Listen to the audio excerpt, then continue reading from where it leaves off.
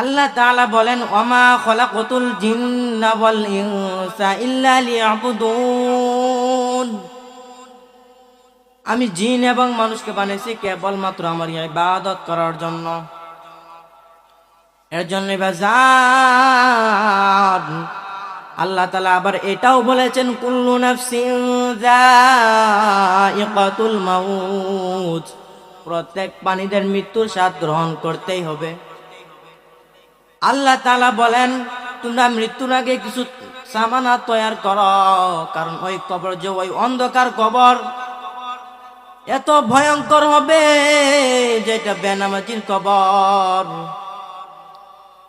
যারা দুনিয়াতে তাকিয়া আমার আল্লাহকে চিনিয়াও চিনে নাই, আমার আল্লাহর হুকুম মানে নাই, নবীর তরিকায় চলে নাই, এই ইসলাম ধর্মের ভিতরে যেগুলো নিষেধ সেগুলো মানে চলি নাই, যেগুলো হালাল যেগুলো হারাম, হালাল হারাম না মানিয়া চলেছে, তাদের জন্য ওই কবর অনেক ভয়ঙ্কর হবে।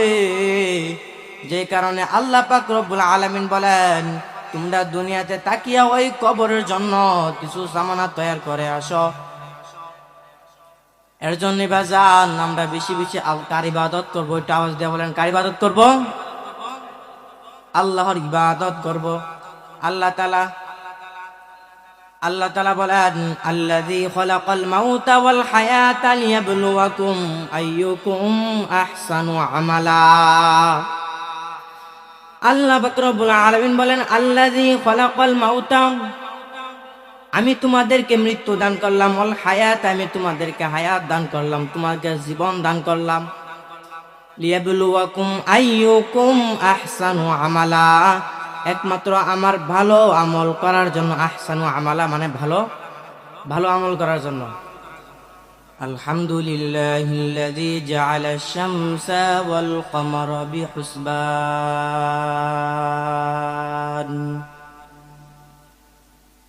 ওয়ান নাজমা ওয়াশ শাজারা ইয়াসজুদান وفضل زمانا على زمان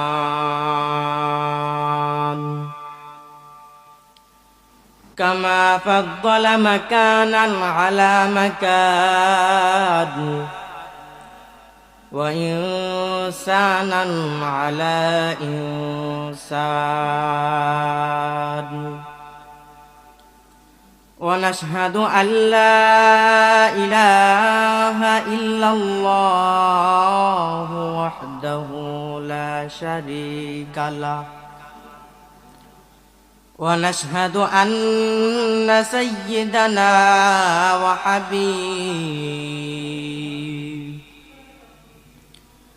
أما بعد فأعوذ بالله من الشيطان الرجيم بسم الله الرحمن الرحيم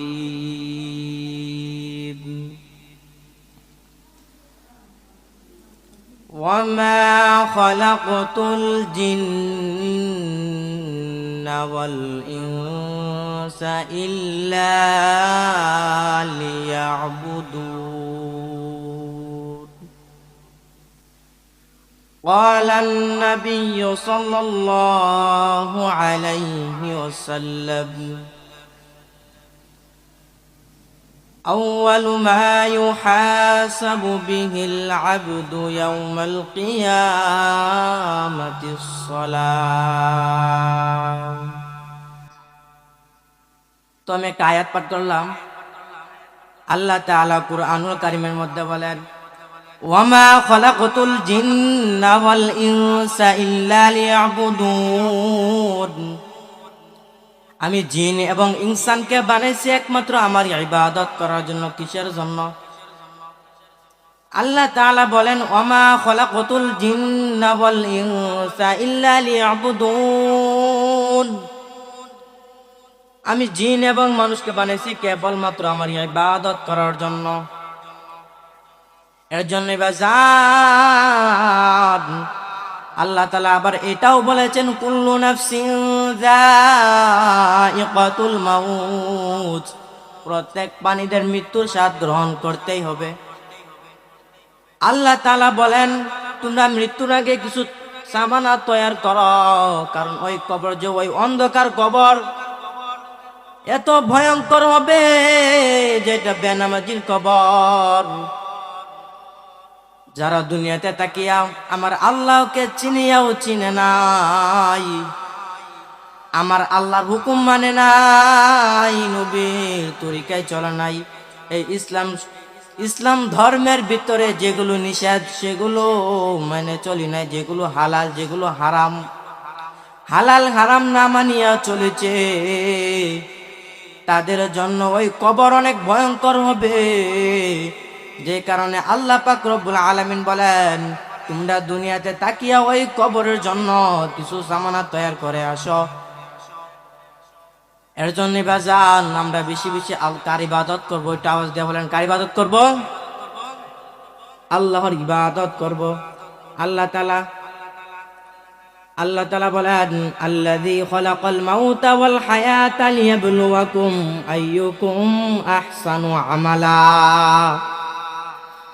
আল্লাহ পাক রব্বুল আলামিন বলেন আল্লাযী খালাকাল মাউতা, আমি তোমাদেরকে মৃত্যু দান করলাম, ওয়াল হায়াত, আমি তোমাদেরকে হায়াত দান করলাম, তোমাদেরকে জীবন দান করলাম, লিয়াবলুয়াকুম আইয়ুকুম আহসানু আমালা, একমাত্র আমার ভালো আমল করার জন্য। আহসানু আমালা মানে ভালো ভালো আমল করার জন্য। এর জন্য বাজান আল্লাহ পাক রব্বুল আলামিন কিন্তু জানেন যে আমাদেরকে দুনিয়াতে পাঠানোর আগে কিন্তু জানতেন তার কোন বান্দা ভালো আমল করবে, কোন বান্দা খারাপ আমল করবে, এটা আমার আল্লাহ জানতেন কি জানতেন না? অবশ্যই জানতেন। এরপর জানার পরেও কেন এটা বলছেন আহসানু আমালা, আমি বান্দাদেরকে দুনিয়াতে পাঠিয়েছি একমাত্র আমার আমল করার জন্য, ভালো আমল। যে মনে করেন মাদ্রাসা বা স্কুল বা কলেজ যেটাই হোক, যদি পরীক্ষা হয়, কি হয়? যদি পরীক্ষা হয় তাহলে কিন্তু একজন ক্লাসের শিক্ষক কিন্তু জানে এই ছাত্র কত নাম্বার পাবে, জানে কিনা? অবশ্যই জানে যে কোন ছাত্র কত নাম্বার পাবে, এটা অবশ্যই তার শিক্ষক অবশ্যই এটা জানে। এরপরও কেন বছরে তিনটা পরীক্ষা কেন হয়?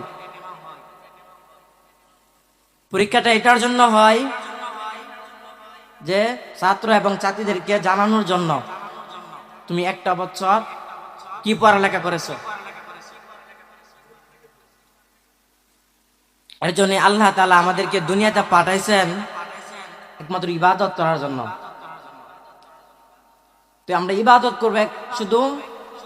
আল্লাহ তাআলা বলছেন, আল্লাহ রাসূল হাদিসের মধ্যে বলছেন আখলিস দীনাকা ইয়াকফিকাল আমালুল কলিল, তোমার ঈমানকে কাটি করো অল্প আমলই নাজাতের জন্য যথেষ্ট হইবে। আমরা বেশি আমল করব না, কম আমল করব, কিন্তু আমলটা কি করতে হবে? ভালো হতে হবে। কি হতে হবে? ভালো হতে হবে।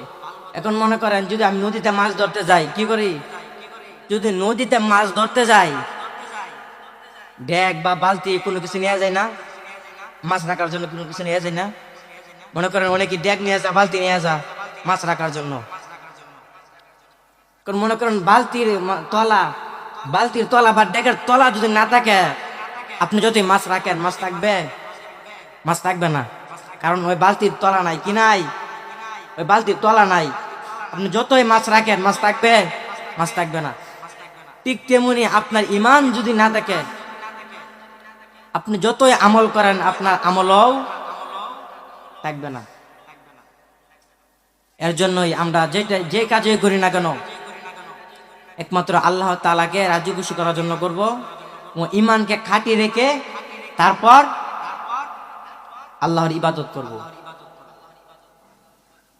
আমি যেগুলো কথা বলেছি এই কথাগুলোর উপর যেন আমাদের সকলকে আল্লাহ তাআলা আমল করার জন্য সকলকে তৌফিক দান করেন।